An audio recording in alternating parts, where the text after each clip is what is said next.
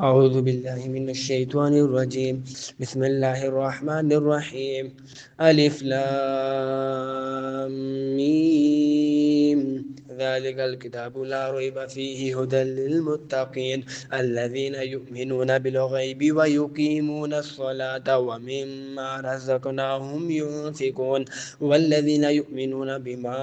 أنزل إليك وما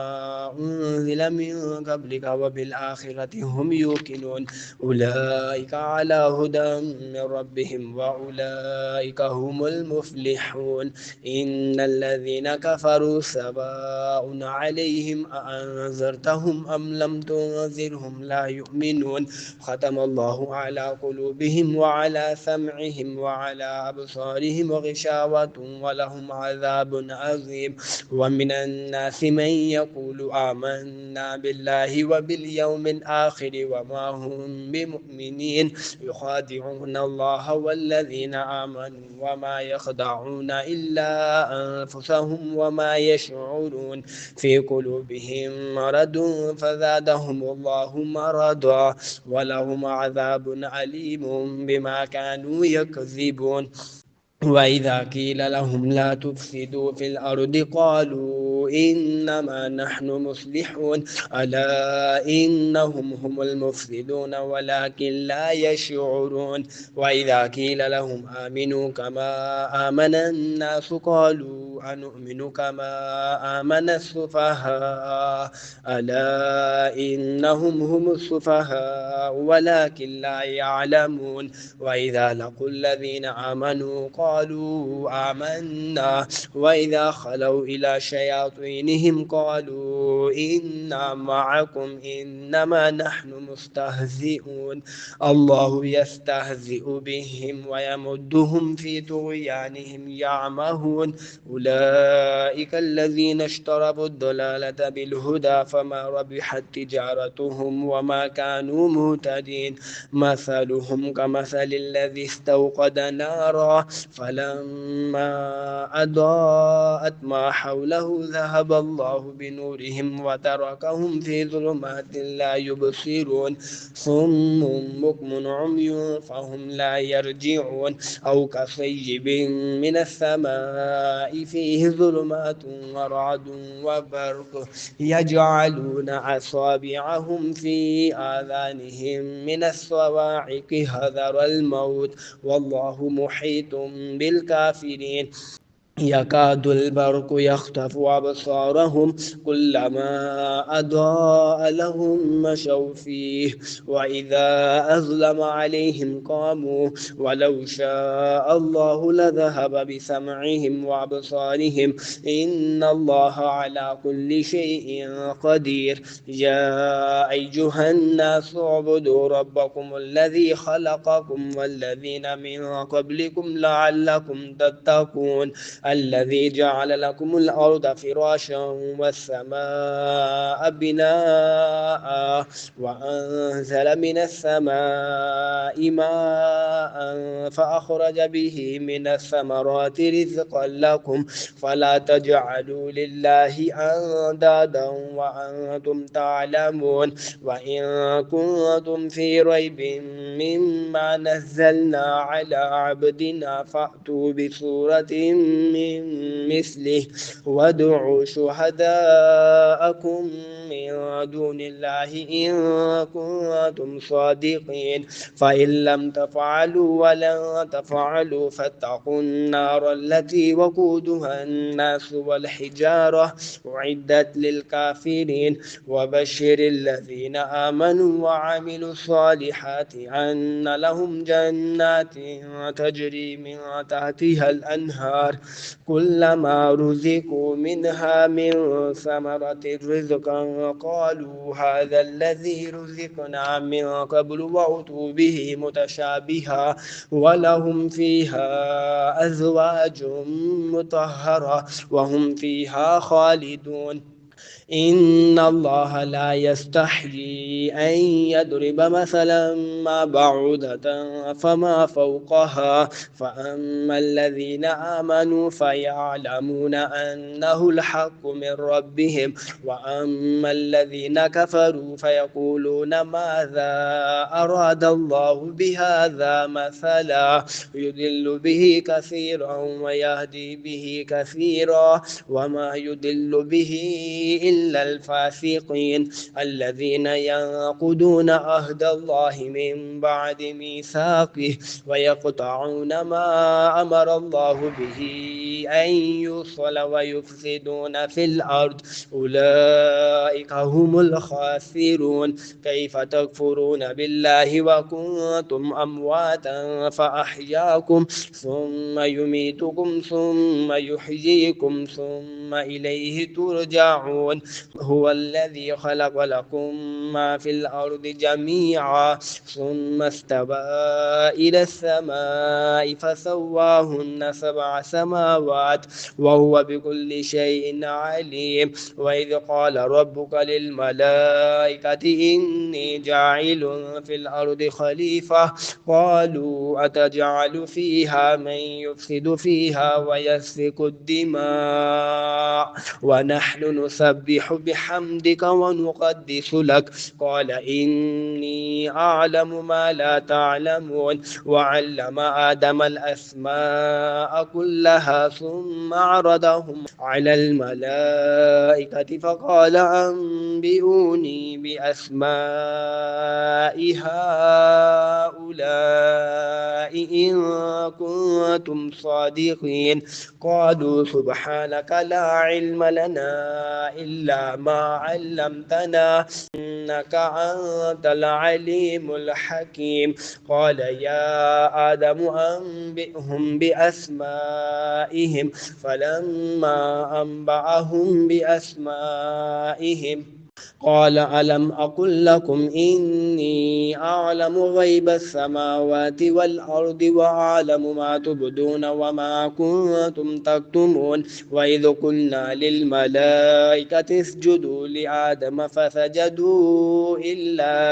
إبليس أبى واستكبر وكان من الكافرين وقلنا يا آدم اسكن أنت وزوجك الجنة وكلا منها رغدا حيث شئتما ولا تقربا هذه الشجرة فتكونا من الظالمين فعزلهما الشيطان عنها فأخرجهما مما كانا فيه وقلنا اهبطوا بعضكم لبعض عدو ولكم في الأرض مستقر ومتاع إلى حين فتلقى آدم من ربه كلمات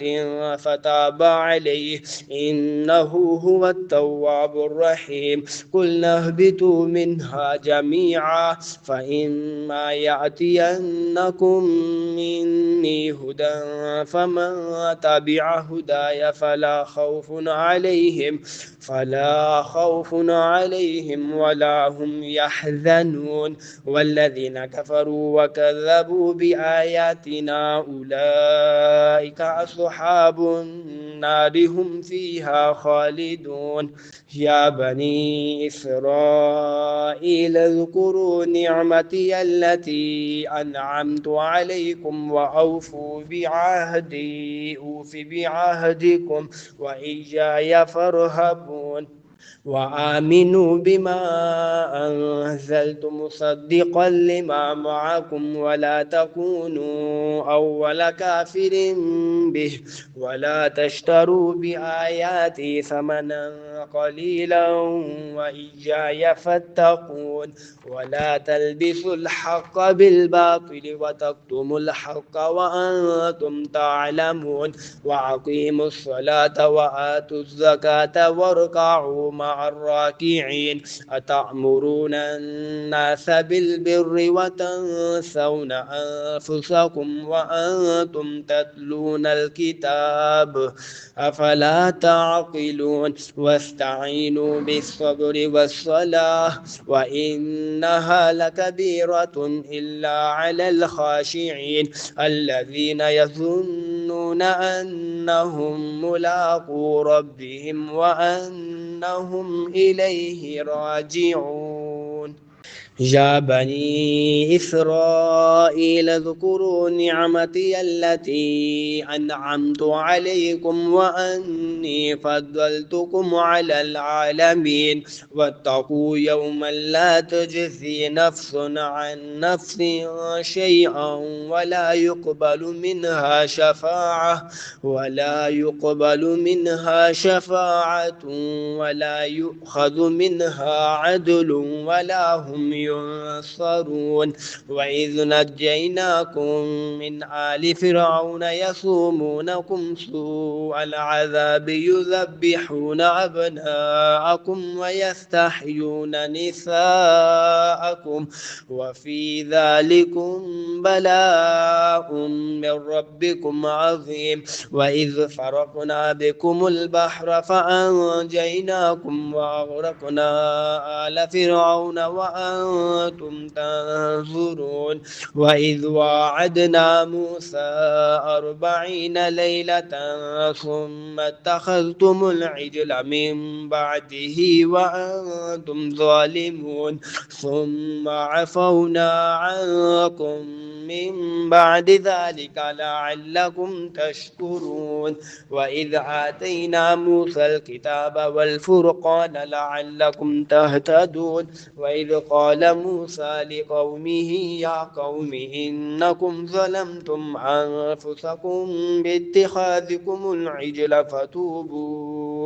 فتوبوا إلى بارئكم فاقتلوا أنفسكم ذلكم خير لكم عند بارئكم فتاب عليكم إنه هو التواب الرحيم. وإذ قلتم يا موسى لن نؤمن لك حتى نرى الله جهرة فأخذتكم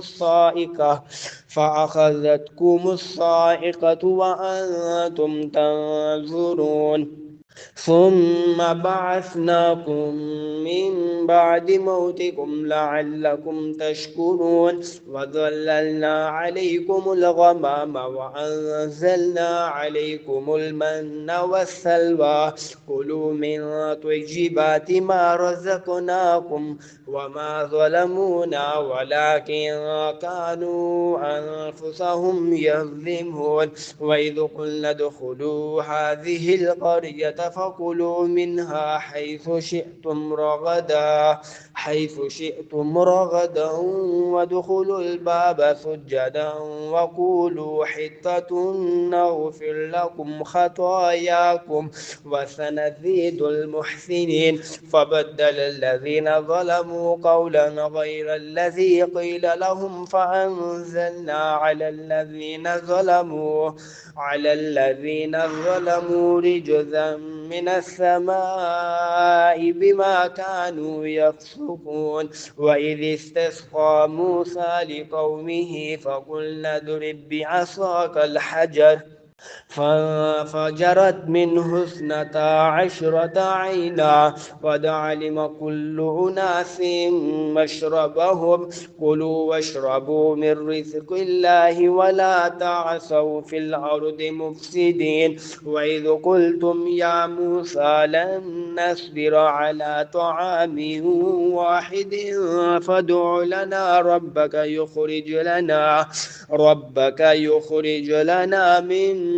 تنبت الأرض من بقلها وكثائها وفومها وعدسها وبصلها قال أتستبدلون الذي هو أدنى بالذي هو خير اهبطوا مصرا فإن لكم ما سألتم وضربت عليهم الذلة والمسكنة وباءوا بغضب من الله ذلك بأنهم كانوا يكفرون بآيات الله ويقتلون النبيين بغير الحق ذلك بما عصوا وكانوا يعتدون. إن الذين آمنوا والذين هادوا والنصارى والصابئين من آمن بالله واليوم الآخر وعمل صالحا فلهم أجرهم عند ربهم ولا خوف عليهم ولا هم يحزنون. وإذ أخذنا ميثاقكم ورفعنا فوقكم الطور خذوا ما آتيناكم بقوة واذكروا ما فيه لعلكم تتقون ثم توليتم من بعد ذلك فلولا فضل الله عليكم ورحمته لكنتم من الخاسرين. ولقد علمتم الذين اعتدوا منكم في السبت فقلنا لهم كونوا قردة خاسئين فجعلناها نكالا لما بين يديها وما خلفها وموعظة للمتقين. وإذ قال موسى لقومه إن الله يأمركم أن تذبحوا بقرة قالوا أتتخذنا هزوا قال أعوذ بالله أن أكون من الجاهلين. قالوا ادع لنا ربك يبين لنا ما هي قال إنه يقول إنها بقرة لا فارض ولا بكر عوان بين ذلك ففعلوا ما تؤمرون. قالوا ادع لنا ربك يبين لنا ما لونها قال إنه يقول إنها بقرة صفراء فاقع لونها تسر الناظرين. قالوا ادع لنا ربك يبين لنا ما هي إن البقرة شابه علينا وإنا إن شاء الله لمهتدون. قال إنه يقول إنها بقرة لا ذلول تثير الأرض ولا تسقي الحرث مسلمة لا شيعة فيها. قالوا الآن جئت بالحق فذبحوها وما كادوا يفعلون. وإذ قتلتم نفسا فادارأتم فيها والله مخرج ما كنتم تكتمون فقلنا اضربوه ببعضها كذلك يحيي الله الموتى ويريكم آياته لعلكم تعقلون. ثم قست قلوبكم من بعد ذلك فهي كالحجارة أو أشد قسوة وإن من الحجارة لما يتفجر منه الأنهار وإن منها لما يشقق فيخرج منه الماء وإن منها لما يحبط من خشية الله وما الله بغافل عما تعملون. أفتطمعون أن يؤمنوا لكم وقد كان فريق منهم يسمعون كلام الله ثم يحرفونه من بعد ما عقلوه وهم يعلمون. وإذا لقوا الذين آمنوا قالوا آمنا وإذا خلا بعضهم إلى بعض قالوا أتحدثونهم بما فتح الله عليكم ليحاجوكم به عند ربكم أفلا تعقلون. أولا يعلمون أن الله يعلم ما يسرون وما يعلنون. ومنهم أميون لا يعلمون الكتاب إلا أماني وإنهم إلا يظنون. فويل للذين يكتبون الكتاب بأيديهم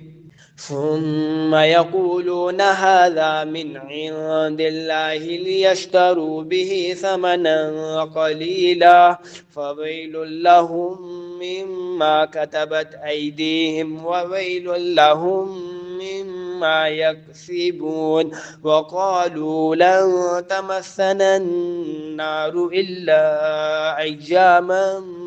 معدودة قل أتخذتم عند الله عهدا فلن يخلف الله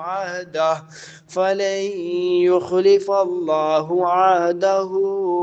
أم تقولون على الله ما لا تعلمون بلى من كسب سيئة وأحاطت به خطيئته فأولئك أصحاب النار هم فيها خالدون والذين آمنوا وعملوا الصالحات أولئك أصحاب الجنة هم فيها خالدون وإذ أخذنا ميثاق بني إسرائيل لا تعبدون إلا الله وبالوالدين إحسانا وذي القربى واليتامى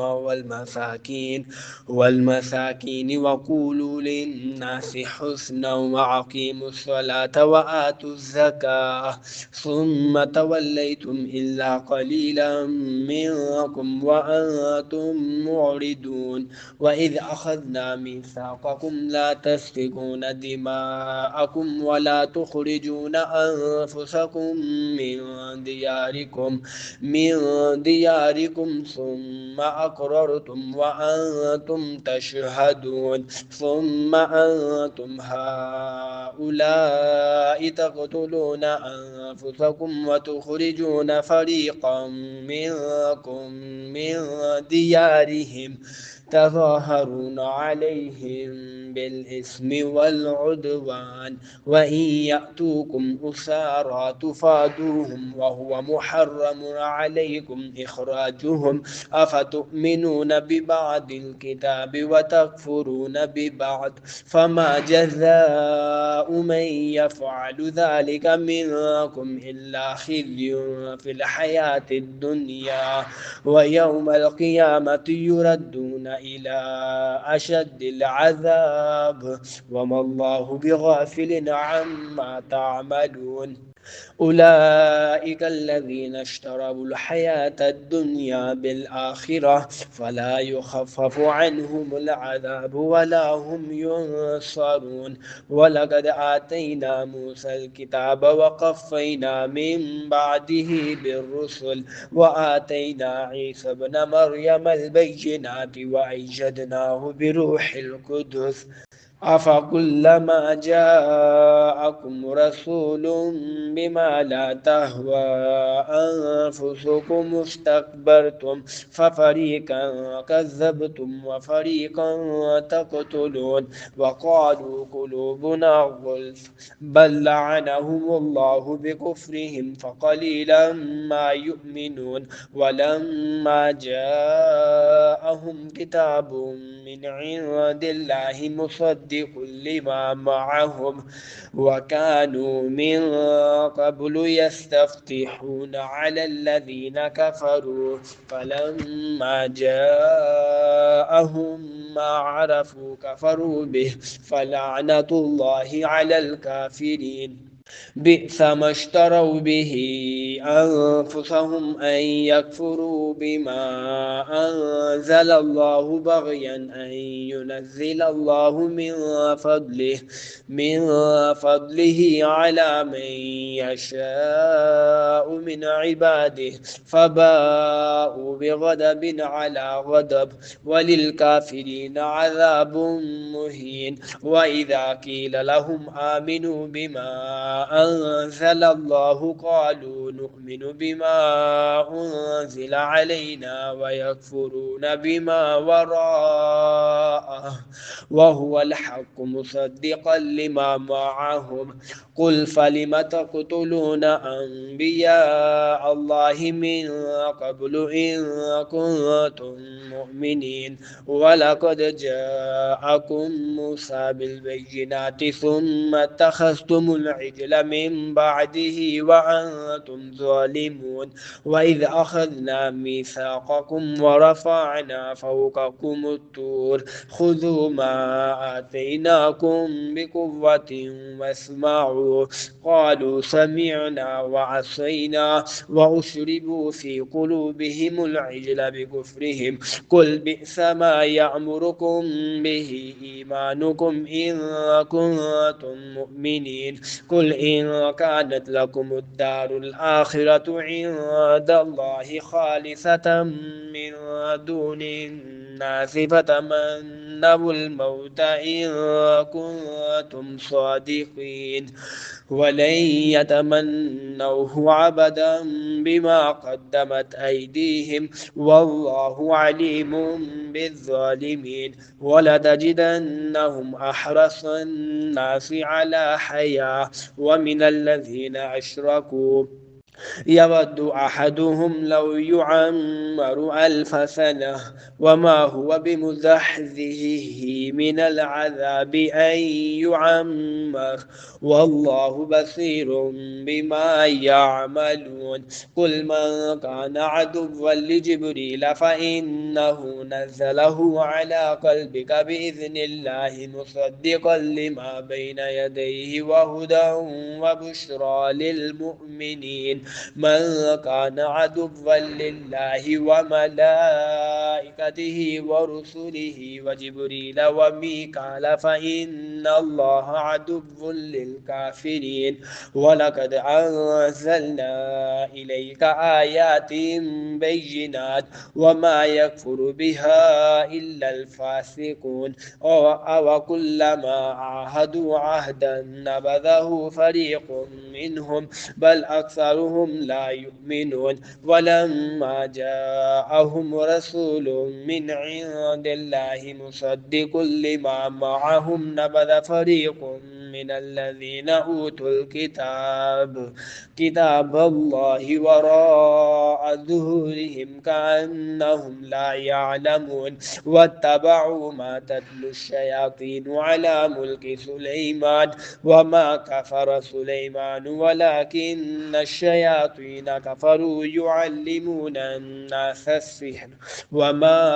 أنزل على الملكين ببابل هاروت وماروت وما يعلمان من أحد حتى يقولا إنما نحن فتنة فلا تكفر فيتعلمون منهما ما يفرقون به بين المرء وزوجه وما هم بضارين به من أحد إلا بإذن الله ويتعلمون ما يضرهم ولا ينفعهم.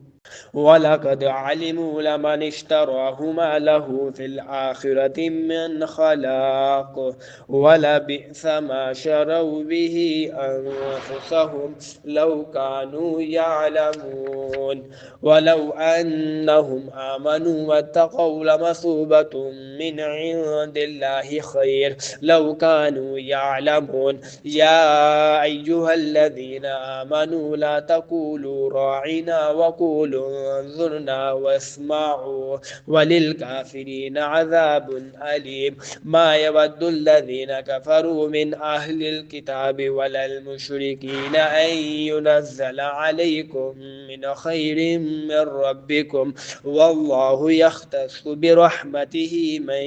يشاء والله ذو الفضل العظيم. ما ننسخ من آية أو ننسها نأت بخير منها أو مثلها. ألم تعلم أن الله على كل شيء قدير. ألم تعلم أن الله له ملك السماوات والأرض وما لكم من دون الله من ولي ولا نصير. أم تريدون أن تسألوا رسولكم كما سئل موسى من قبل ومن يتبدل الكفر بالإيمان فقد ضل سواء السبيل. ود كثير من أهل الكتاب لو يردونكم من بعد إيمانكم كفارا حسدا من عند أنفسهم من بعد ما تبين لهم الحق فاعفوا واصفحوا حتى يأتي الله بأمره إن الله على كل شيء قدير. وأقيموا الصلاة وآتوا الزكاة وما تقدموا لأنفسكم من خير تجدوه عند الله إن الله بما تعملون بصير. وقالوا لن يدخل الجنة إلا من كان هودا أو نصارى تلك أمانيهم قل هاتوا برهانكم إن كنتم صادقين. بلى من أسلم وجهه لله وهو محسن فله أجره عند ربه ولا خوف عليهم ولا هم يحزنون. وقالت اليهود ليست النصارى على شيء وقالت النصارى ليست اليهود على شيء وهم يتلون الكتاب كذلك قال الذين لا يعلمون مثل قولهم فالله يحكم بينهم يوم القيامة فيما كانوا فيه يختلفون. ومن أظلم ممن منع مساجد الله أن يذكر فيها اسمه وسعى في خرابها أولئك ما كان لهم أن يدخلوها إلا خائفين لهم في الدنيا خزي ولهم في الآخرة عذاب عظيم. ولله المشرق والمغرب فأينما تولوا فثم وجه الله إن الله واسع عليم. وقالوا اتخذ الله ولدا سبحانه بل له ما في السماوات والأرض كل له قانتون بديع السماوات والأرض وإذا قضى أمرا فإنما يقول له كن فيكون. وقال الذين لا يعلمون لولا يكلمنا الله أو تأتينا آية كذلك قال الذين من قبلهم مثل قولهم تشابهت قلوبهم قد بينا الآيات لقوم يوقنون. إنا أرسلناك بالحق بشيرا ونذيرا ولا تسأل عن أصحاب الجحيم. ولن ترضى عنك اليهود ولا النصارى حتى تتبع ملتهم قل إن هدى الله هو الهدى ولئن اتبعت أهواءهم بعد الذي جاءك من العلم ما لك من الله من ولي ولا نصير. الذين آتيناهم الكتاب يتلونه حق تلاوته أولئك يؤمنون به ومن يكفر به فأولئك هم الخاسرون. يا بني إسرائيل اذكروا نعمتي التي أنعمت عليكم وأن إني فضلتكم على العالمين واتقوا يوما لا تجزي نفس عن نفس شيئا ولا يقبل منها عدل ولا تنفعها شفاعة ولا هم ينصرون. وإذ ابتلى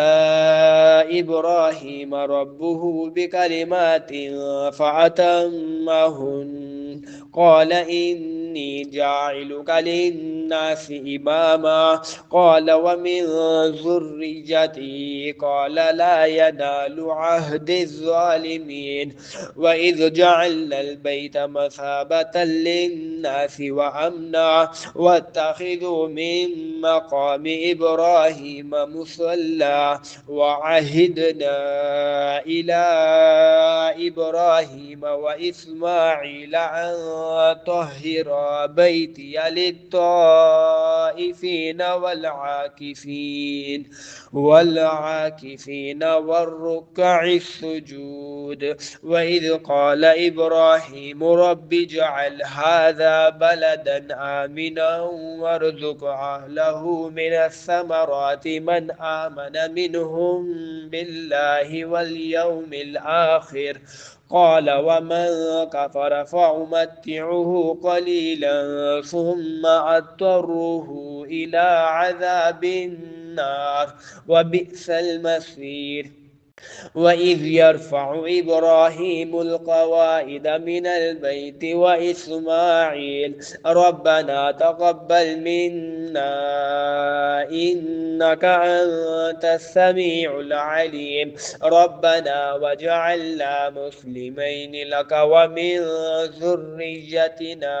أمة مسلمة لك وأرنا مناسكنا وتب علينا إنك أنت التواب الرحيم ربنا وابعث فيهم رسولا منهم يتلو عليهم آياتك ويعلمهم الكتاب والحكمة ويزكيهم إنك أنت العزيز الحكيم. ومن يرغب عن ملة إبراهيم إلا من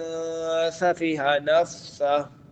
ولقد اصطفيناه في الدنيا وإنه في الآخرة لمن الصالحين. إذ قال له ربه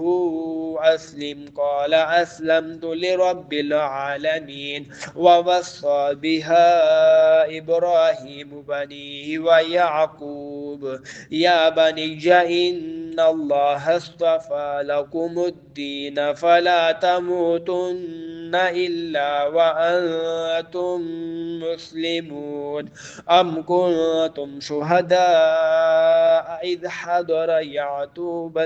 يعقوب الموت إذ قال لبنيه ما تعبدون من بعدي قالوا نعبد إلهك وإله آبائك إبراهيم وإسماعيل وإسحاق إلها واحدا ونحن له مسلمون. تلك أمة قد خلت لها ما كسبت ولكم ما كسبتم ولا تسألون عما كانوا يعملون. وقالوا كونوا هودا أو نصارى تهتدوا قل بل ملة إبراهيم حنيفا وما كان من المشركين. قولوا آمنا بالله وما أنزل إلينا وما أنزل إلى إبراهيم وإسماعيل وإسحاق ويعقوب والأسباط وما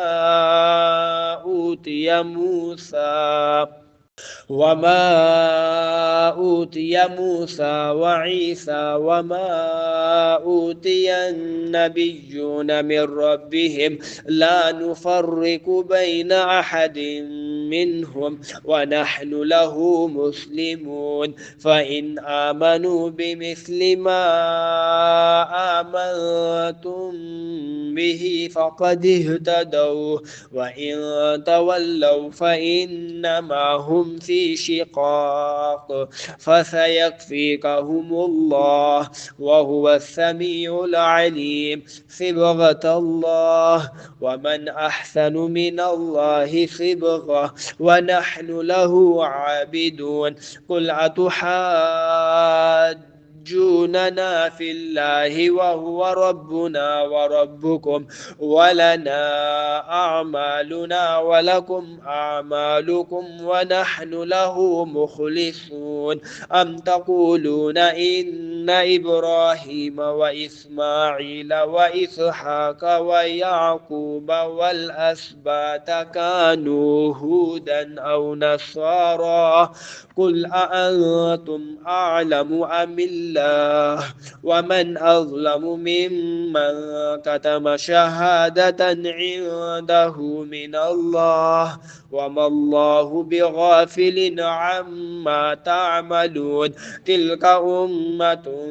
قد خلت لها ما كسبت ولكم ما كسبتم ولا تسألون عما كانوا يعملون فيقول السفهاء من الناس ما ولاهم عن قبلتهم التي كانوا عليها قل لله المشرق والمغرب يهدي من يشاء إلى صراط مستقيم وكذلك جعلناكم أمة وسطا لتكونوا شهداء على الناس ويكون الرسول عليكم شهيدا وما جعلنا القبلة التي كنت عليها إلا لنعلم من يتبع الرسول ممن ينقلب على عقبيه وإن كانت لكبيرة إلا على الذين هدى الله وما كان الله ليضيع إيمانكم إن الله بالناس لرؤوف رحيم قد نرى تقلب وجهك في السماء فلنولينك قبلة ترضاها فول وجهك شطر المسجد الحرام وحيث ما كنتم فولوا وجوهكم شطره وإن الذين أوتوا الكتاب ليعلمون أنه الحق من ربهم وما الله بغافل عما يعملون ولئن أتيت الذين أوتوا الكتاب بكل آية ما تبعوا قبلتك وما أنت بتابع قبلتهم وما بعضهم بتابع قبلة بعض ولئن اتبعت أهواءهم من بعد ما جاءك من العلم إنك إذا لمن الظالمين الذين آتيناهم الكتاب يعرفونه كما يعرفون أبناءهم وإن فريقا منهم ليكتمون الحق وهم يعلمون الحق من ربك فلا تكونن من الممترين ولكل وجهة هو موليها فاستبقوا الخيرات أينما تكونوا يأتي بكم الله جميعا إن الله على كل شيء قدير ومن حيث خرجت فول وجهك شطر المسجد الحرام وإنه للحق من ربك وما الله بغافل عما تعملون ومن حيث خرجت فول وجهك شطر المسجد الحرام وحيث ما كنتم فولوا وجوهكم شطره لئلا يكون للناس الناس عليكم حجة إلا الذين ظلموا منهم فلا تخشوهم واخشوني ولأتم نعمتي عليكم ولعلكم تهتدون كما أرسلنا فيكم رسولا منكم يتلو عليكم آياتنا ويزكيكم ويعلمكم الكتاب والحكمة ويعلمكم ما لم تكونوا تعلمون فاذكروني أذكركم واشكروا لي ولا تكفرون يا أيها الذين آمنوا استعينوا بالصبر والصلاة إن الله مع الصابرين ولا تقولوا لمن يقتل في سبيل الله أموات بل أحياء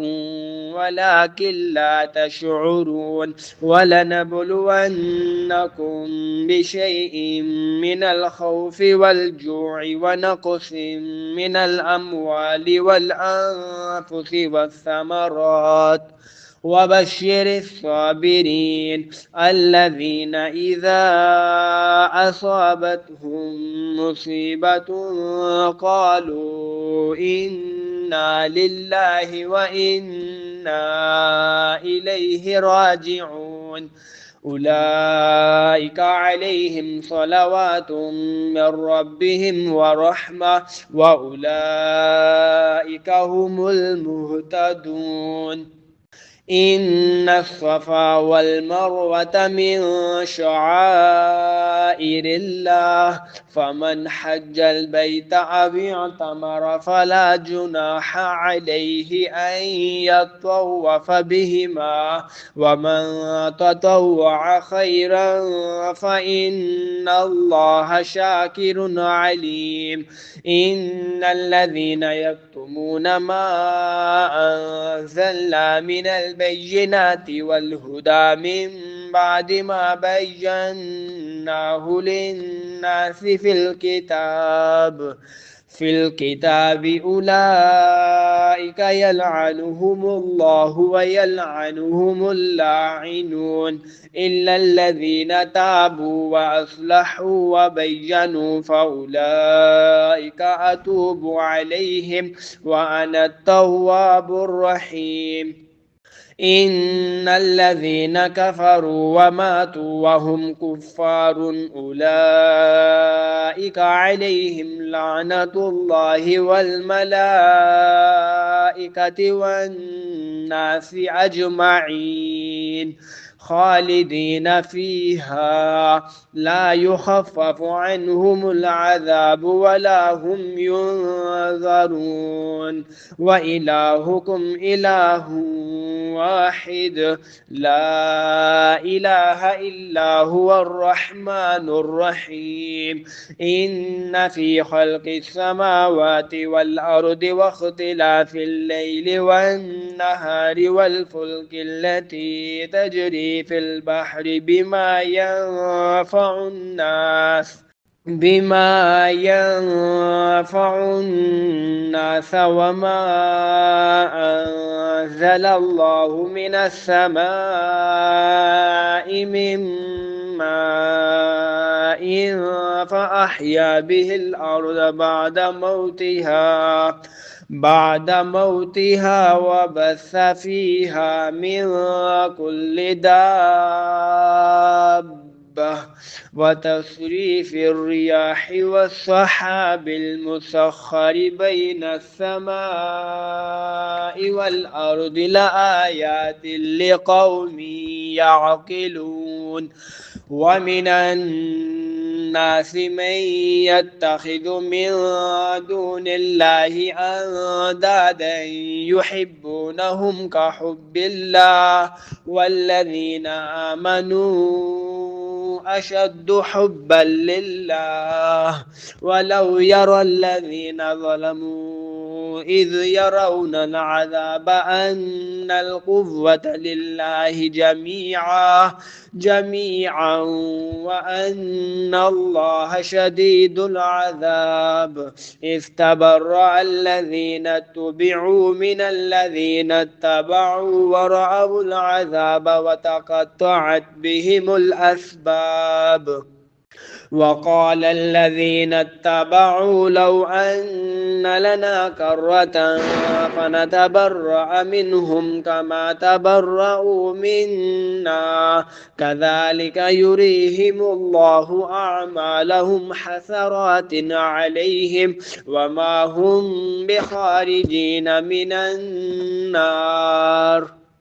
يا أيها الناس كلوا مما في الأرض حلالا طيبا ولا تتبعوا خطوات الشيطان إنه لكم عدو مبين. إنما يعمركم بالسوء والفحشاء وأن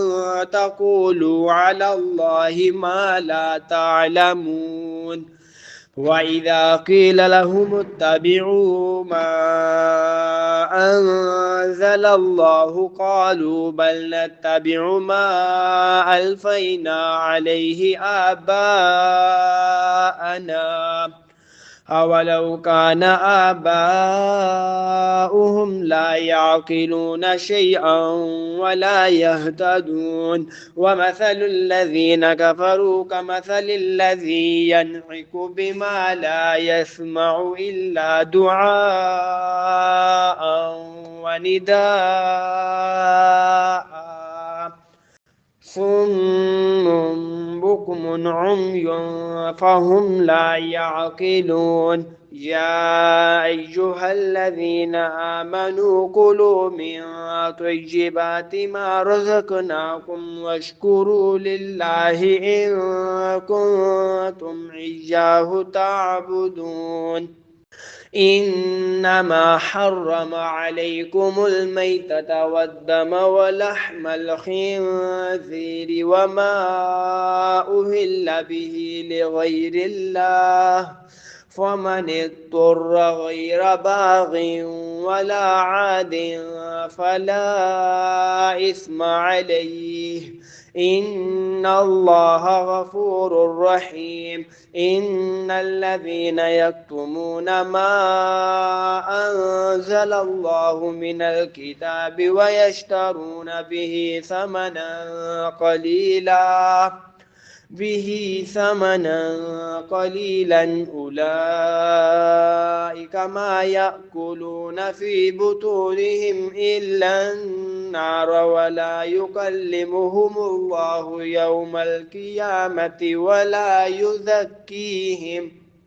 ولهم عذاب أليم. أولئك الذين اشتروا الضلالة بالهدى والعذاب بالمغفرة فما أصبرهم على النار. ذلك بأن الله نزل الكتاب بالحق وإن الذين اختلفوا في الكتاب لفي شقاق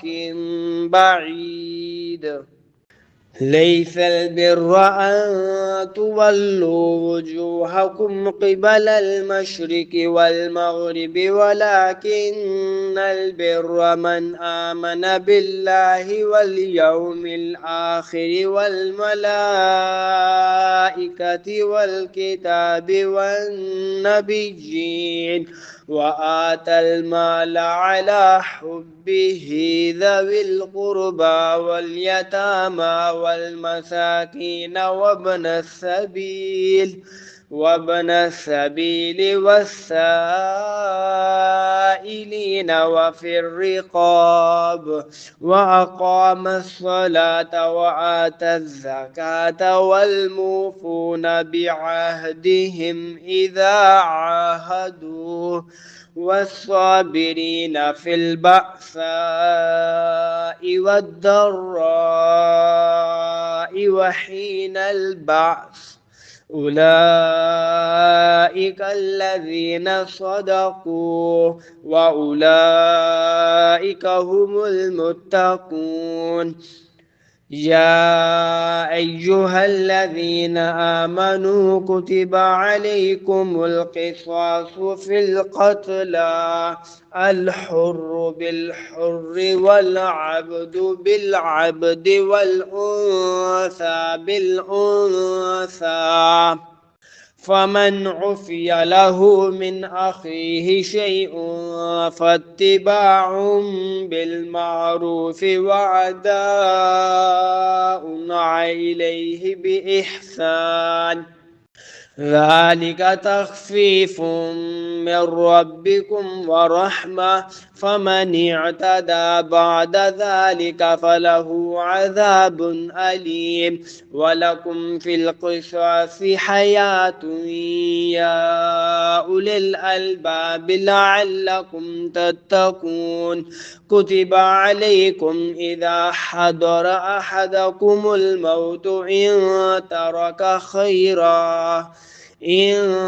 ترك خيرا الوصية للوالدين والأقربين بالمعروف حقا على المتقين، فمن بدله بعدما سمعه فإنما إثمه على الذين يبدلونه، إن الله سميع عليم. فمن خاف من موص جنفا أو إثما فأصلح بينهم فلا إثم عليه، إن الله غفور رحيم. يا أيها الذين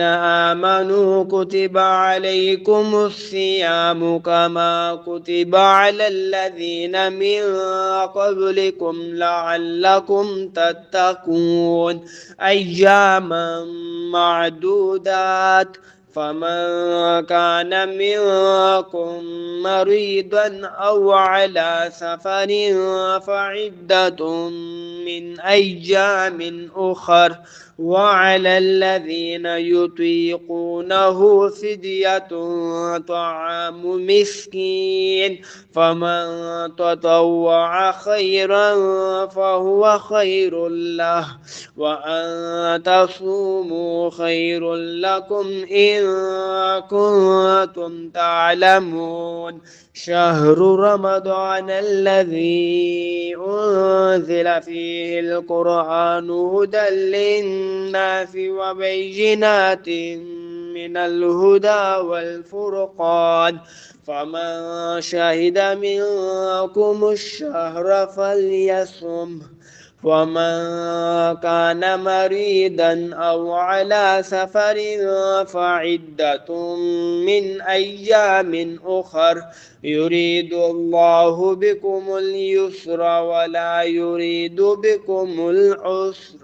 ولتكملوا العدة ولتكبروا الله على ما هداكم ولعلكم تشكرون. وإذا سألك عبادي عني فإني قريب أجيب دعوة الداع إذا دعاني، فليستجيبوا لي وليؤمنوا بي لعلهم يرشدون.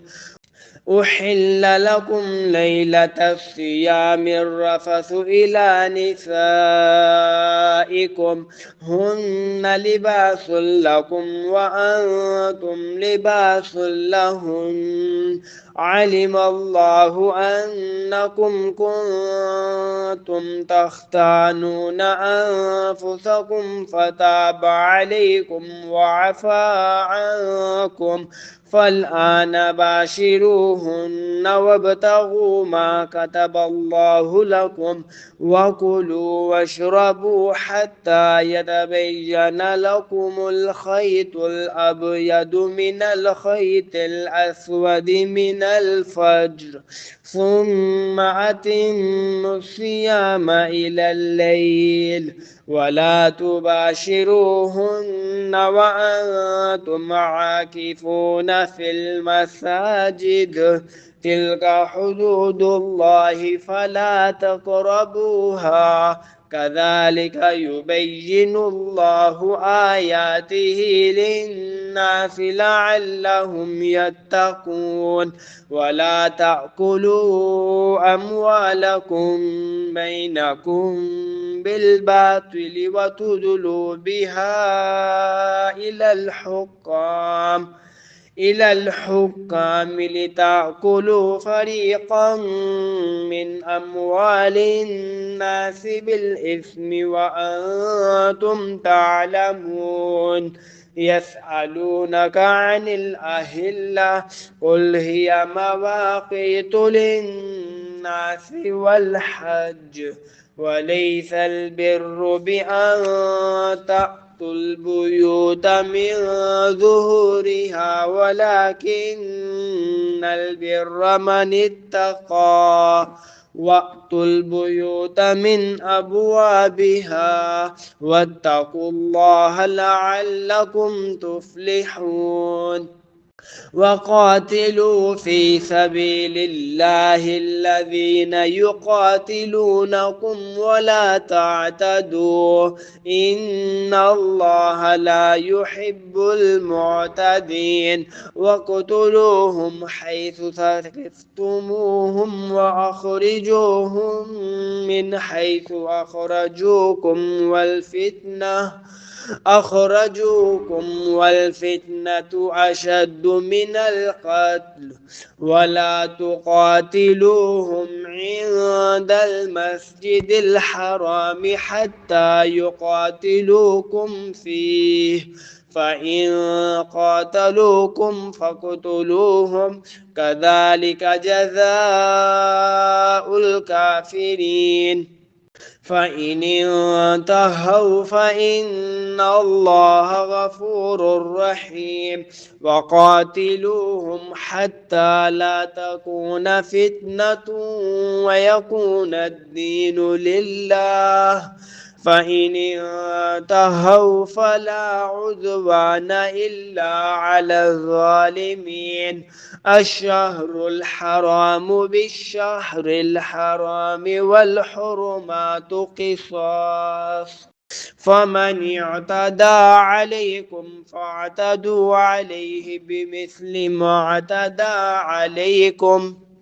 واتقوا الله واعلموا أن الله مع المتقين وأنفقوا في سبيل الله ولا تلقوا بأيديكم إلى التهلكة وأحسنوا إن الله يحب المحسنين وأتموا الحج والعمرة لله فإن أحصرتم فما استيسر من الهدي ولا تحلقوا رؤوسكم حتى يبلغ الهدي محله فمن كان منكم مريضا أو به أذى من رأسه ففدية من صيام أو صدقة أو نسك فإذا أمنتم فمن تمتع بالعمرة إلى الحج فما استيسر من الهدي فمن لم يجد فصيام 3 أيام في الحج و7 إذا رجعتم تلك 10 كاملة ذلك لمن لم يكن أهله حاضر المسجد الحرام واتقوا الله واعلموا أن الله شديد العقاب الحج أشهر معلومات فمن فرض فيهن الحج فلا رفث ولا فسوق ولا جدال في الحج وما تفعلوا من خير يعلمه الله وتزودوا فإن خير الزاد التقوى واتقون يا أولي الألباب ليس عليكم جناح أن تبتغوا فضلا من ربكم فإذا أفضتم من عرفات فاذكروا الله عند المشعر الحرام واذكروه كما هداكم وإن كنتم من قبله لمن الضالين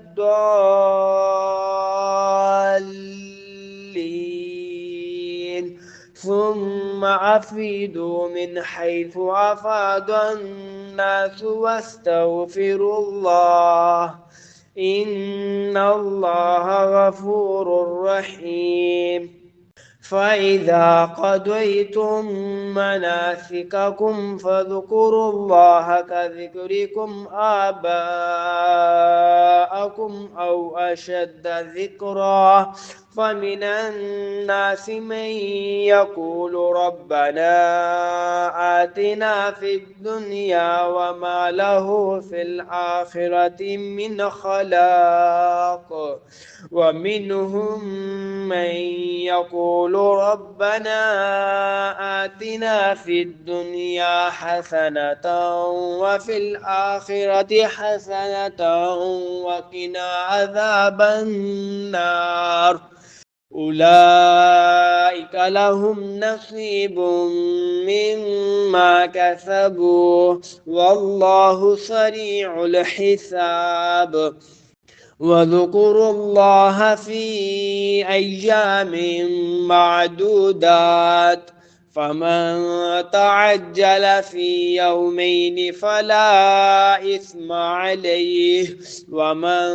تأخر فلا إثم عليه لمن اتقى واتقوا الله واعلموا أنكم إليه تحشرون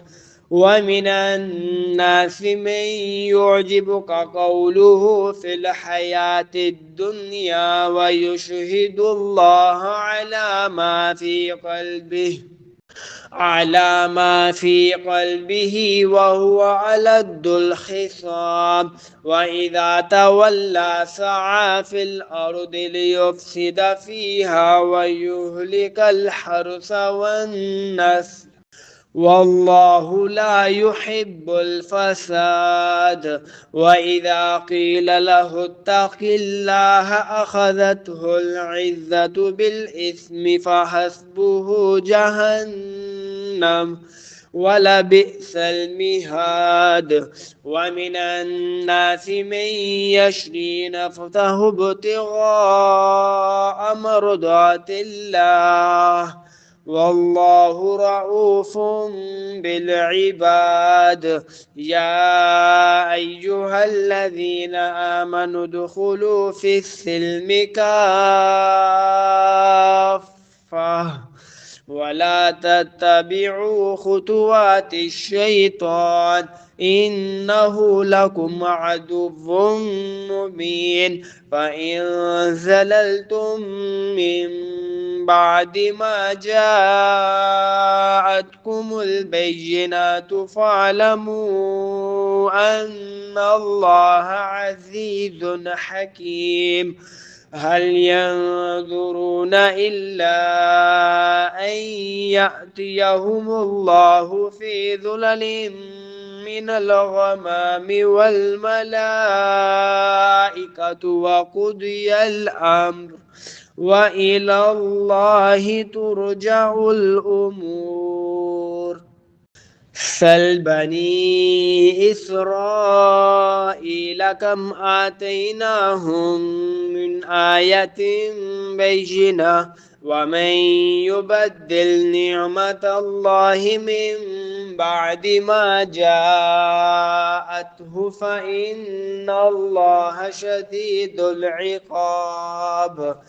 زين للذين كفروا الحياة الدنيا ويسخرون من الذين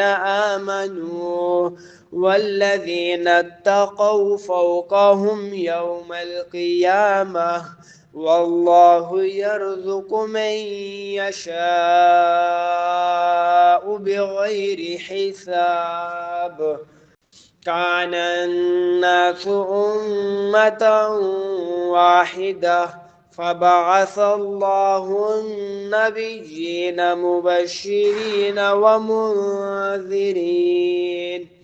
وأنزل معهم الكتاب بالحق ليحكم بين الناس فيما اختلفوا فيه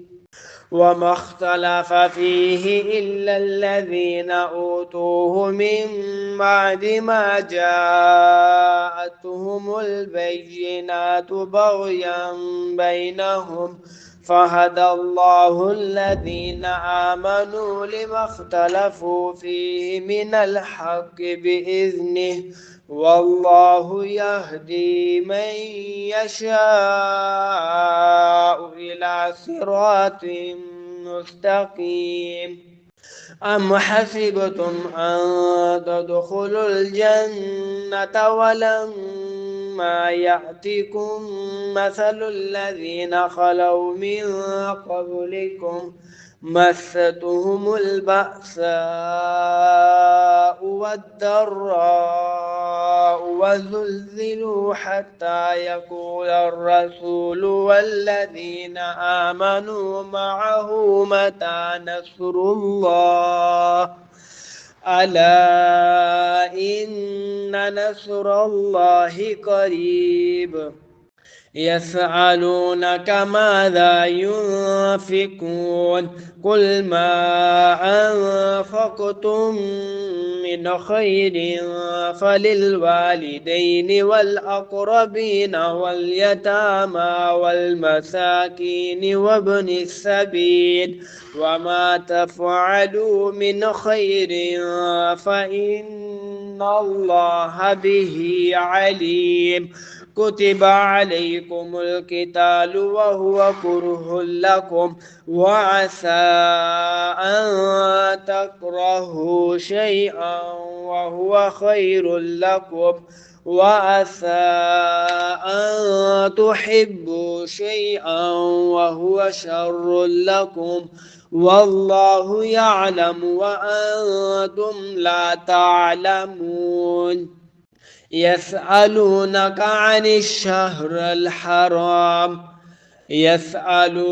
عن الشهر الحرام قتال فيه قل قتال فيه كبير وصد عن سبيل الله وكفر به والمسجد الحرام وإخراج أهله منه أكبر عند الله والفتنة أكبر من القتل ولا يزالون يقاتلونكم حتى يردوكم عن دينكم إن استطاعوا ومن يرتد منكم عن دينه فيمت وهو كافر فأولئك حبطت أعمالهم في الدنيا والآخرة وأولئك أصحاب النار هم فيها خالدون. إن الذين آمنوا والذين هاجروا وجاهدوا في سبيل الله أولئك يرجون رحمة الله والله غفور رحيم. يسألونك عن الخمر والميسر قل فيهما إثم كبير ومنافع الناس وإثمهما أكبر من نفعهما ويسألونك ماذا ينفقون قل العفو كذلك يبين الله لكم الآيات لعلكم تتفكرون في الدنيا والآخرة ويسألونك عن اليتامى قل إصلاح لهم خير وإن تخالطوهم فإخوانكم والله يعلم المفسد من المصلح ولو شاء الله لعنتكم إن الله عزيز حكيم ولا تنكحوا المشركات حتى يؤمنوا ولأمة مؤمنة خير من مشركة ولو أعجبتكم ولا تنكحوا المشركين حتى يؤمنوا ولعبد مؤمن خير من مشرك ولو أعجبكم أولئك يدعون إلى النار والله يدعو إلى الجنة والمغفرة بإذنه ويبين آياته للناس لعلهم يتذكرون ويسألونك عن المحيض قل هو أذى فاعتزلوا النساء في المحيض ولا تقربوهن حتى يطهرن فإذا تطهرن فأتوهن من حيث أمركم الله إن الله يحب التوابين ويحب المتطهرين نساؤكم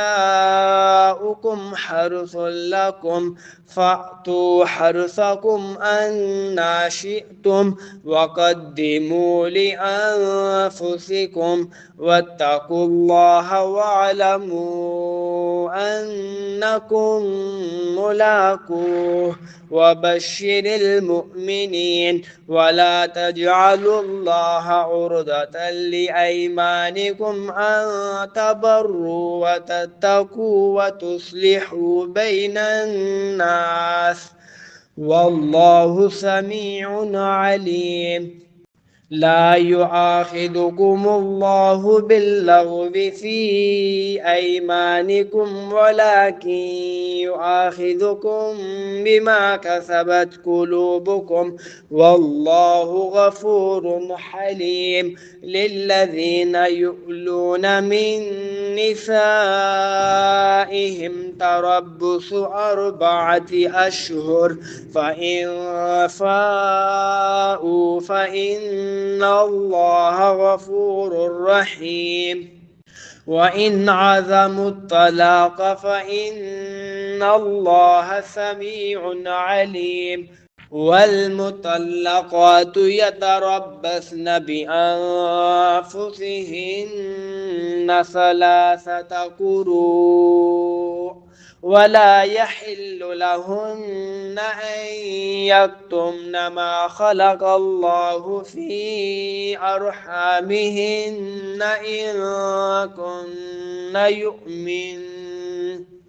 إن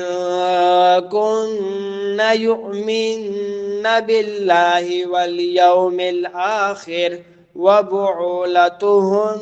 أحق بردهن في ذلك إن أرادوا إصلاحا ولهن مثل الذي عليهن بالمعروف وللرجال عليهن درجة والله عزيز حكيم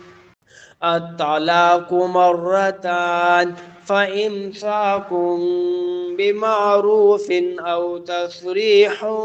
بإحسان ولا يحل لكم أن تأخذوا مما آتيتموهن شيئا إلا أن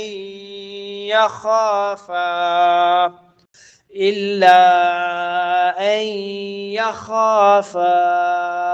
ألا يقيما حدود الله، فإن خفتم ألا يقيما حدود الله فلا جناح عليهما فيما افتدت به، تلك حدود الله فلا تعتدوها، ومن يتعد حدود الله فأولئك هم الظالمون. فإن طلقها فلا تحل له من بعد حتى تنكح زوجا غيره، فإن طلقها فلا جناح عليهما أن يتراجعا إن ظنا أن يقيما حدود الله، وتلك حدود الله يبينها لقوم يعلمون. وإذا طلقتم النساء فبلغن أجلهن فأمسكوهن بمعروف أو سرحوهن بمعروف، ولا تمسكوهن ضرارا لتعتدوا، ومن يفعل ذلك فقد ظلم نفسه. ولا تتخذوا آيات الله هزوا واذكروا نعمة الله عليكم وما أنزل عليكم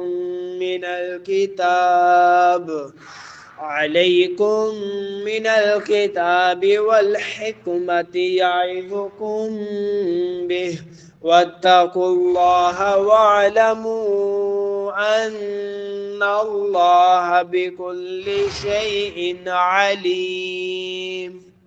وإذا طلقتم النساء فبلغن أجلهن فلا تعضلوهن أن ينكحن أزواجهن إذا تراضوا بينهم بالمعروف، ذلك يوعظ به من كان منكم يؤمن بالله واليوم الآخر، ذلكم أزكى لكم وأطهر، والله يعلم وأنتم لا تعلمون. والوالدات يرضعن أولادهن حولين كاملين لمن أراد أن يتم الرضاعة، وعلى المولود له رزقهن وكسوتهن بالمعروف، لا تكلف نفس إلا وسعها، لا تضار والدة بولدها ولا مولود له بولده، وعلى الوارث مثل ذلك، فإن أرادا فصالا عن تراض منهما وتشاور فلا جناح عليهما. وإن أردتم أن تسترضعوا أولادكم فلا جناح عليكم إذا سلمتم ما آتيتم بالمعروف، واتقوا الله واعلموا أن الله بما تعملون بصير. والذين يتوفون منكم ويذرون أزواجا يتربصن بأنفسهن 4 أشهر وعشرا، فإذا بلغن أجلهن فلا جناح عليكم فيما فعلن في أنفسهن بالمعروف، والله بما تعملون خبير. ولا جناح عليكم فيما عرضتم به من خطبة النساء أو أكننتم في أنفسكم، علم الله أنكم ستذكرونهن ولكن لا تواعدوهن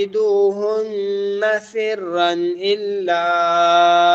أن تقولوا قولا معروفا. ولا تعزموا عقدة النكاح حتى يبلغ الكتاب أجله، واعلموا أن الله يعلم ما في أنفسكم فاحذروه، واعلموا أن الله غفور حليم. لا جناح عليكم إن طلقتم النساء ما لم تمسوهن أو تفردوا لهن فريضة، ومتعوهن على الموسع قدره وعلى المقتر قدره متاعا بالمعروف حقا على المحسنين. وإن طلقتموهن من قبل أن تمسوهن وقد فرضتم لهن فريضة فنصف ما فرضتم إلا أن يعفون أو يعفو الذي بيده عقدة النكاح، وأن تعفوا أقرب للتقوى، ولا تنسوا الفضل بينكم إن الله بما تعملون بصير. حافظوا على الصلوات والصلاة الوسطى وقوموا لله قانتين. فإن خفتم فرجالا أو ركبانا فإذا أمنتم فاذكروا الله كما علمكم ما لم تكونوا تعلمون. والذين يتوفون منكم ويذرون أزواجا وصية لأزواجهم متاعا إلى الحول غير إخراج، فإن خرجن فلا جناح عليكم فيما فعلن في أنفسهن من معروف، والله عزيز حكيم. وللمطلقات متاع بالمعروف حقا على المتقين. كذلك يبين الله لكم آياته لعلكم تعقلون. ألم تر إلى الذين خرجوا من ديارهم وهم ألوف حذر الموت فقال لهم الله موتوا ثم أحياهم إن الله لذو فضل على الناس ولكن أكثر الناس لا يشكرون. وقاتلوا في سبيل الله واعلموا أن الله سميع عليم من ذا الذي يقرض الله قرضا حسنا فيضاعفه له أضعافا كثيرة والله يقبض ويبسط وإليه ترجعون ألم تر إلى الملأ من بني إسرائيل من بعد موسى إذ قالوا لنبي له مبعث لنا ملكا نقاتل في سبيل الله قال هل عسيتم إن كتب عليكم القتال ألا تقاتلوا قالوا وما لنا ألا نقاتل في سبيل الله وقد أخرجنا من ديارنا وأبنائنا فلما كتب عليهم القتال تولوا إلا قليلا منهم والله عليم بالظالمين وقال لهم نبيهم إن الله قد بعث لكم طالوت ملكا قالوا أنى يكون له الملك علينا ونحن أحق بالملك منه ولم يؤت سعة من المال قال إن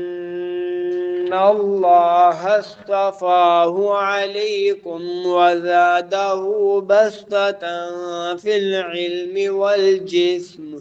والله يؤتي ملكه من يشاء والله واسع عليم وقال لهم نبيهم إن آية ملكه أن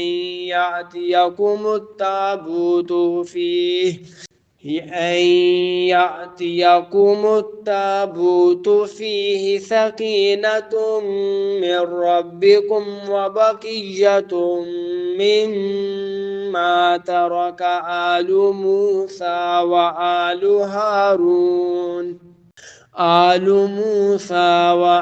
هارون تحمله الملائكة إن في ذلك لآية لكم إن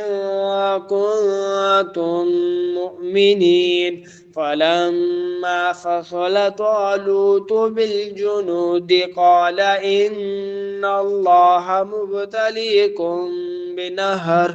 فمن شرب منه فليس مني ومن لم يطعمه فإنه مني إلا من اغترف غرفة بيده فشربوا منه إلا قليلا منهم فلما جاوزه هو والذين آمنوا معه قالوا لا طاقة لنا اليوم بجالوت وجنوده قال الذين يظنون أنهم ملاقو الله كم من فئة قليلة غلبت فئة كثيرة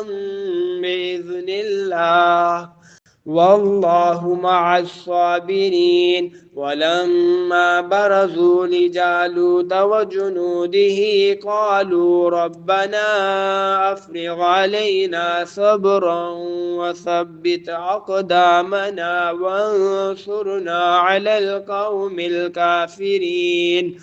فهزموهم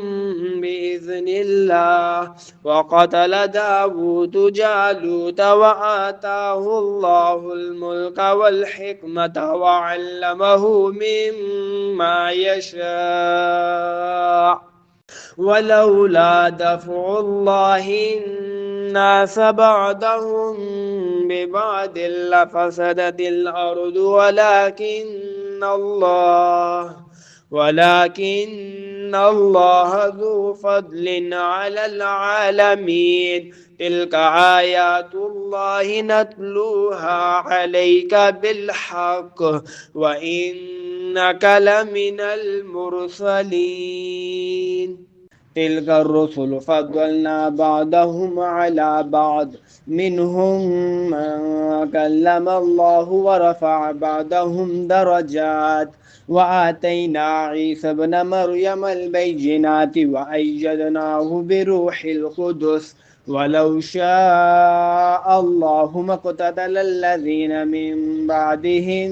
من بعد ما جاءتهم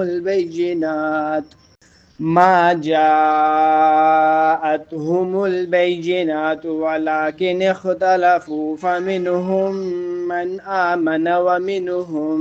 من كفر ولو شاء الله ما اقتتلوا ولكن الله يفعل ما يريد. يا أيها الذين آمنوا أنفقوا مما رزقناكم من قبل أن يأتي يوم لا بيع فيه ولا خلة ولا شفاعة والكافرون هم الظالمون. الله لا إله إلا هو الحي القيوم لا تأخذه سنة ولا نوم له ما في السماوات وما في الأرض من ذا الذي يشفع عنده إلا بإذنه يعلم ما بين أيديهم وما خلفهم ولا يحيطون بشيء من علمه إلا بما شاء وسع كرسيه السماوات والأرض ولا يؤوده حفظهما وهو العلي العظيم. لا إكراه في الدين قد تبين الرشد من الغي فمن يكفر بالطاغوت ويؤمن بالله فقد استمسك بالعروة الوثقى لا انفصام لها والله سميع عليم. الله ولي الذين آمنوا يخرجهم من الظلمات إلى النور والذين كفروا أولياؤهم الطاغوت يخرجونهم من النور إلى الظلمات أولئك أصحاب النار هم فيها خالدون. ألم تر إلى الذي حاج إبراهيم في ربه أن آتاه الله الملك إذ قال إبراهيم ربي الذي يحيي ويميت قال أنا أحيي وأميت قال إبراهيم فإن الله يأتي بالشمس من المشرق فأت بها من المغرب فبهت الذي كفر والله لا يهدي القوم الظالمين. أو كالذي مر على قرية وهي خاوية على عروشها قال أنى يحيي هذه الله بعد موتها فأماته الله 100 عام ثم بعثه قال كم لبثت؟ قال لبثت يوما أو بعد يوم. قال بل لبثت 100 عام. فانظر إلى طعامك وشرابك لم يتسنه، وانظر إلى حمارك ولنجعلك آية للناس، وانظر إلى العظام كيف ننشدها ثم نكسوها لحما. فلما تبين له قال أعلم أن الله على كل شيء قدير. وإذ قال إبراهيم رب أرني كيف تحيي الموتى؟ قال أولم تؤمن؟ قال بلى ولكن ليطمئن قلبي. قال فخذ 4 من الطير فصرهن إليك ثم اجعل على كل جبل منهن جزعا ثم ادعهن يأتينك سعيا. واعلم أن الله عزيز حكيم. مثل الذين ينفقون أموالهم في سبيل الله كمثل حبة أنبتت 7 سنابل في كل سنبلة 100 حبة، والله يضاعف لمن يشاء والله واسع عليم. الذين ينفقون أموالهم في سبيل الله ثم لا يتبعون ما أنفقوا منا ولا أذى لهم أجرهم عند ربهم ولا خوف عليهم ولا هم يحزنون. قول معروف ومغفرة خير من صدقة يتبعها أذى، والله غني حليم. يا أيها الذين آمنوا لا تبطلوا صدقاتكم بالمن والأذى كالذي ينفق ماله رئاء الناس ولا يؤمن بالله واليوم الآخر، فمثله كمثل صفوان عليه تراب فأصابه وابل فتركه صلدا. لا يقدرون على شيء مما كسبوا، والله لا يهدي القوم الكافرين. ومثل الذين ينفقون أموالهم ابتغاء مرضات الله وتثبيتا من أنفسهم كمثل جنة بربوة أصابها وابل فآتت أكلها ضعفين، فإن لم يصبها وابل فطل، والله بما تعملون بصير. أيود أحدكم أن تكون له جنة من نخيل وأعناب تجري من تحتها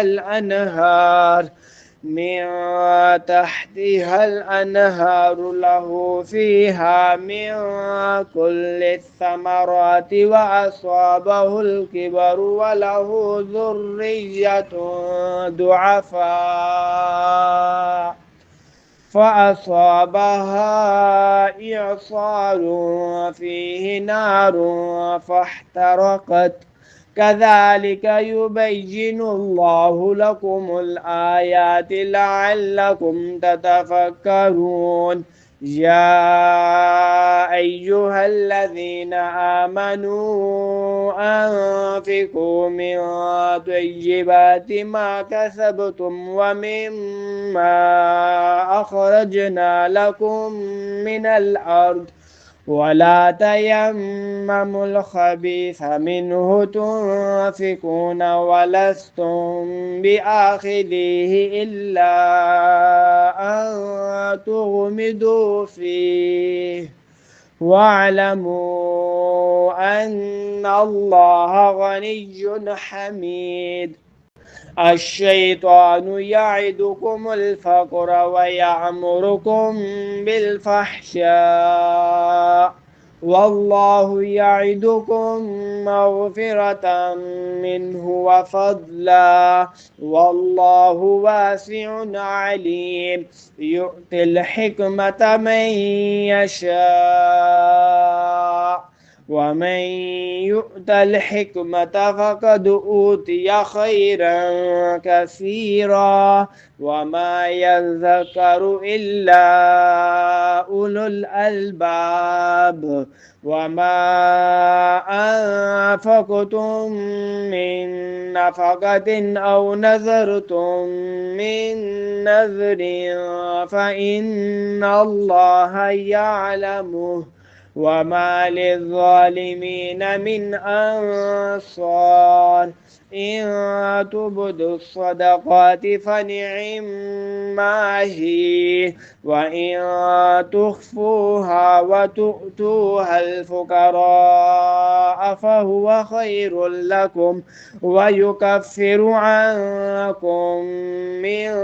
سيئاتكم والله بما تعملون خبير. ليس عليك هداهم ولكن الله يهدي من يشاء وما تنفقوا من خير فلأنفسكم وما تنفقون إلا ابتغاء وجه الله وما تنفقوا من خير يوفى إليكم وأنتم لا تظلمون. للفقراء الذين أحصروا في سبيل الله لا يستطيعون ضربا في الأرض يحسبهم الجاهل أغنياء من التعفف تعرفهم بسيماهم لا يسألون الناس إلحافا وما تنفقوا من خير فإن الله به عليم. الذين ينفقون أموالهم بالليل والنهار سرا وعلانية فلهم أجرهم عند ربهم ولا خوف عليهم ولا هم يحزنون. الذين يأكلون الربا لا يقومون إلا كما يقوم الذي يتخبطه الشيطان من المس ذلك بأنهم قالوا إنما البيع مثل الربا وأحل الله البيع وحرم الربا. فمن جاءه موعظة من ربه فانتهى فله ما سلف وأمره إلى الله ومن عاد فأولئك أصحاب النار هم فيها خالدون. يمحق الله الربا ويربي الصدقات والله لا يحب كل كفار أثيم. إن الذين آمنوا وعملوا الصالحات وأقاموا الصلاة وآتوا الزكاة لهم أجرهم عند ربهم ولا خوف عليهم ولا هم يحزنون. يا أيها الذين آمنوا اتقوا الله وذروا ما بقي من الربا إن كنتم مؤمنين، فإن لم تفعلوا فاحذنوا بحرب من الله ورسوله، وإن تبتم فلكم رؤوس أموالكم لا تظلمون ولا تظلمون. وإن كان ذو أسرة فنذرة إلى ميسرة، وأن تصدقوا خير لكم إن كنتم تعلمون. واتقوا يوما ترجعون فيه إلى الله ثم توفى كل نفس ما كسبت وهم لا يظلمون. يا أيها الذين آمنوا إذا تداينتم بدين إلى أجل مسمى فاكتبوه، وليكتب بينكم كاتب بالعدل ولا يأب كاتب أن يكتب كما علمه الله فليكتب، وليملل الذي عليه الحق وليتق الله ربه ولا يبخس منه شيئا، فإن كان الذي عليه الحق سفيها أو ضعيفا أو لا يستطيع أن يمل هو فليملل وليه بالعدل، واستشهدوا شهيدين من رجالكم، فإن لم يكونا رجلين فرجل وامرأتان ممن ترضون من الشهداء أن تضل إحداهما فتذكر إحداهما الأخرى، ولا يأبى الشهداء إذا ما دعوا، ولا تسأموا أن تكتبوه صغيرا أو كبيرا إلى أجله، ذلكم أقسط عند الله وأقوم للشهادة وأدنى ألا ترتابوا إلا أن